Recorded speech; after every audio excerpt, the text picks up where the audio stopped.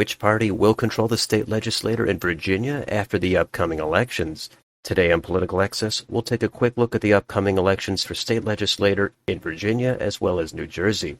So first off, as you can see, the Democrats did flip a seat in the state Senate recently. Republican Jen Kiggins, she was elected to the U.S. House, so there was a special election, and a Democrat narrowly won that seat by about 1.5 points. So in the state Senate, there was a one-seat advantage for the Democrats. Now it is 2 seats. However, there is more to this state Senate seat. We'll get back to that a little bit later on. So why is this even important? Well, at the end of 2021, Republican Glenn Youngkin, he was elected governor, and in the process, the Republicans were able to flip the state house there, that is the House of Delegates. Those members are elected every 2 years. There's 100 of them. So as we can see right here, it's a 52 to 48 Republican majority. It's a very thin majority to be governing with, and all those members will be up at the end of this year. So if Glenn Youngkin, the Republican, if he wants to get some more things done, he's got to hold the House of Delegates. And obviously, Democrats, they want to flip some seats there to grind Youngkin's agenda to a halt. So what's going on for that election? Well, here's the Wikipedia page. There's currently 5 Republicans not seeking re-election, as well as 5 Democrats also not seeking re-election. And incidentally, all 10 of those appear to be seeking higher office in the state Senate. So I can't go into individual races for the House, but that is going to be one of the major things we hear about more and more as this year goes on.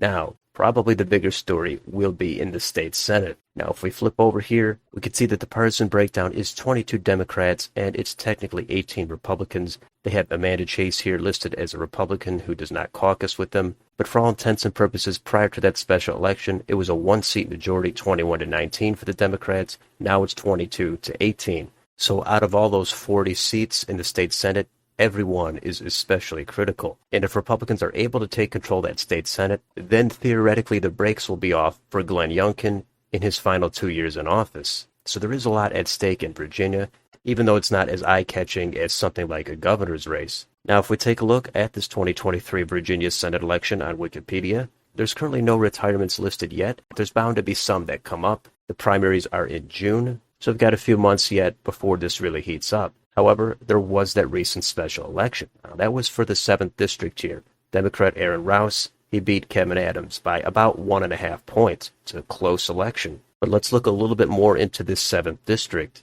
Well, it's a very small district. It's over here in the Hampton Roads, Virginia Beach area.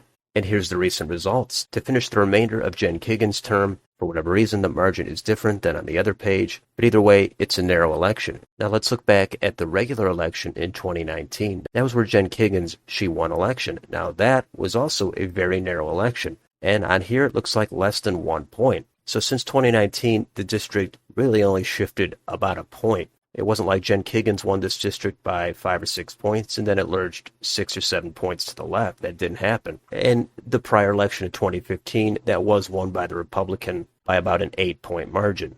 But if we want to look a little farther into this district, at least according to Wikipedia here, this was a clear Biden district in 2020, went by 10 points, 54 to 44. Nationally and statewide, this does seem to be a bluer district. For the state Senate, it does seem to be very split. But there's one more piece of information here that kind of scrambles everything, and that is redistricting. This special election took place on the old district lines. So even having looked at all this data from the recent elections, it's technically not going to matter too much as we go forward. So let's switch over to Dave's redistricting and look at the previous 7th district. So here's all the state Senate districts, and we have to zoom in here to the 7th district. And we could also look at the partisan lean, and this is a fairly even district. There's some red in it, and there's definitely some blue in it. But mostly the shading is fairly light to indicate that it's fairly competitive. Now if we zoom back out and then switch over to the new district boundaries, well, we can see a lot has changed. The 7th district, it's no longer in that part of the state even. It's all the way over here. And the districts in that same part of the state,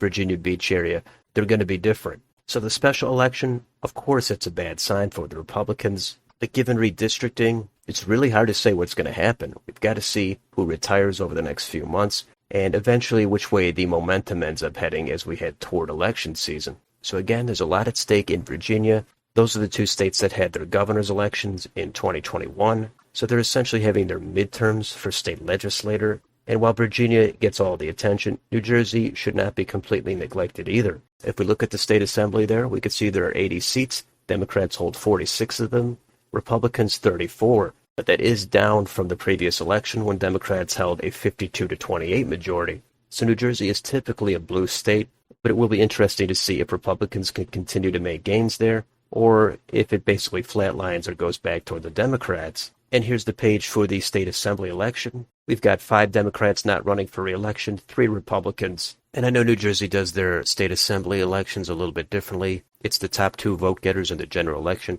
Sometimes it gets to be a little tricky, but either way, Republicans are not expected to flip the state assembly or the state senate. But when you're looking to flip one of these chambers, sometimes it's all about baby steps over a few cycles. If Republicans pick up 1 or 2 more, then they'll have momentum going into the governor's election in 2 years, and then who knows where things lead. Now, if we look at that state senate breakdown, there's 40 members there, 24 Democrats, 16 Republicans.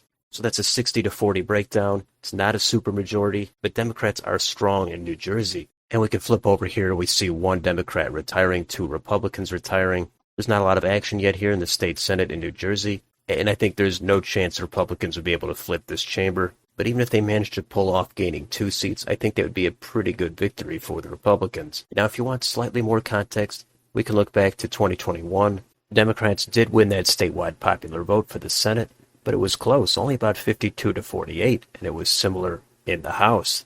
Republicans definitely performed better than expected. Democrats lost a seat, and even with all that Republican vote, Democrats still ended up with an 8-seat majority, and they even got much closer than expected in that governor's election. That will be a fun one to watch in 2025. So there's different spins you can put on that kind of data. But anyway, that's an overview of what's going on in Virginia and New Jersey. Nothing super spicy on the top of the ticket, but state legislators, those are equally important in their own way. There's a lot happening behind the scenes. And again, the primaries for both of these states are in June, so we will see what happens. But let me know in the comments, what are your thoughts about these elections in Virginia and New Jersey? Do you think the Republicans will be able to hold on in the House of Delegates? Could they possibly flip the state Senate? And who's going to make gains in New Jersey? Let me know down below. And on your way out, don't forget to like, share, and subscribe. Thank you for watching, and I will see you on the next video.